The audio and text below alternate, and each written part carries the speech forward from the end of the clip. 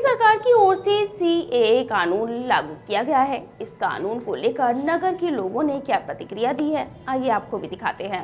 बता दें कि केंद्र सरकार की ओर से पूरे देश में सीएए कानून लागू कर दिया गया है। इस कानून के तहत नागरिकता दी जाएगी।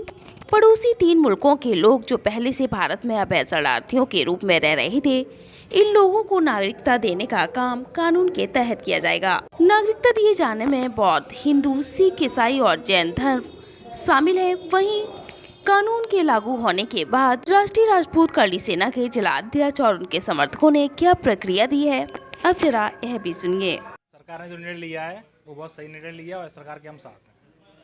सरकार ने जो कानून जो निर्णय लिया है इससे बहुत हम इसका स्वागत करते हैं। बहुत अच्छा है। सब ठीक है।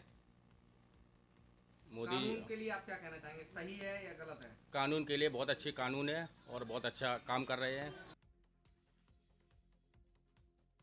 2019 में राज्यसभा एवं लोकसभा द्वारा पास किया गया था और इसको इम्प्लीमेंट करने में सरकार ने 4 साल का समय लिया है। और ये 4 साल का समय चूंकि कोरोना वायरस जैसी महामारी से हम लोग जूझ रहे थे, देश जूझ रहा था, और उसी के साथ साथ आम जो लोगों में कुछ लोग जो तुष्टिकरण की राजनीति करते हैं, कुछ हमारे विरोधी दल हैं जिन्होंने शाहीन बाग पे धरना पर प्रदर्शन वगैरह करवाए थे, तो आम लोगों में इसके प्रति अवेयरनेस फैलाने के लिए सरकार ने ये समय लिया था और सरकार ने ये सारी माहौल बनाने के बाद कल इसको लागू कर दिया है। क्या क्या कहना चाहेंगे, निर्णय सरकार का सही है, गलत है, क्या है? देखिए, सीए कानून के प्रावधानों को कोई भी पढ़ सकता है। आज के इस दुनिया में हम लोग गूगल की दुनिया में रहते हैं, इनके उपबंधों को पढ़ लीजिए। ये लोगों को नागरिकता देता है, ना कि नागरिकता छीनता है। और किन लोगों को ये नागरिकता दे रहा है? जब हमारे देश का विभाजन हुआ था तो किसी जमाने में बांग्लादेश, पाकिस्तान एवं अफगानिस्तान, ये कहीं ना कहीं पे भारतवर्ष से, अखंड भारतवर्ष की जो परिकल्पना हम लोग आज के युग में कर रहे हैं, वो हमारे देश का हिस्सा थे। तो वहाँ पे जो ऑप्रेस्ड रिलीजन के लोग हैं, जो जिसमें हिंदू, बुद्ध, सिख, जैन, पारसी एवं ईसाई, ये लोगों के ऊपर जब वहाँ पे उत्पीड़न किया जाता है तो ये अपनी भारत माँ की तरफ नहीं आएंगे तो कहाँ जाएंगे? अगर माँ अपने बच्चों को शरण नहीं देगी तो कौन शरण देगा? इसीलिए ये कानून केवल जो धार्मिक रूप से उत्पीड़ित जो धर्म लोग हैं उनको नागरिकता देने का प्रावधान है। आज आज़ादी के लगभग 77 साल होने को हैं और 77 साल बाद भी अगर हमारे यहाँ बाहर से जो आए हुए लोग हैं वो अपनी माँ की गोद में आज भी अवैध शरणार्थी के रूप में रह रहे हो तो ये हम लोगों के ऊपर एक कलंक था।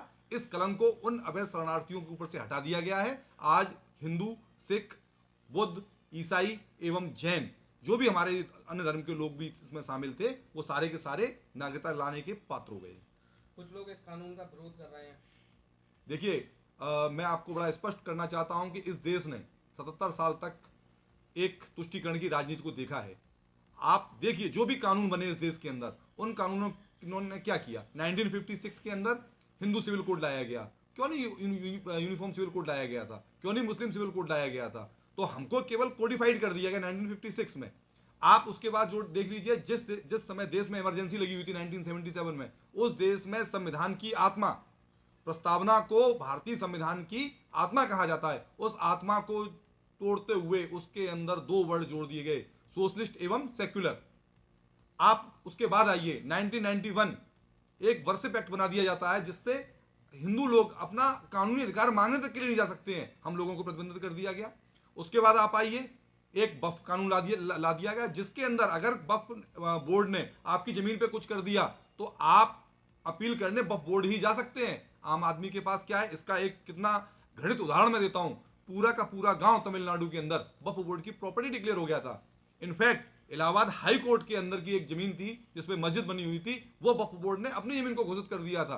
तो ये हम देख सकते हैं। उसके बाद फिर क्या आता है, यहाँ पे माइनॉरिटी एक्ट लाया गया 1993 में, जिसमें जैन, सिख और बुद्ध लोगों को हमसे अलग कर दिया गया।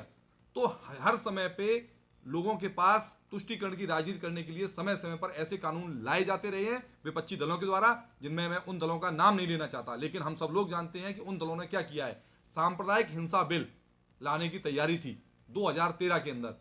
आप समझ सकते हैं कि उस बिल के प्रावधान कितने कठोर थे एक मेजॉरिटी कम्युनिटी के ऊपर। तो हम देखते हैं कि केवल और केवल माइनॉरिटी को अपीजमेंट करने के लिए ये दल उनको भड़काते हैं, उनको मिसगाइड करते हैं एवं अपना वोट बैंक बना के रखते हैं।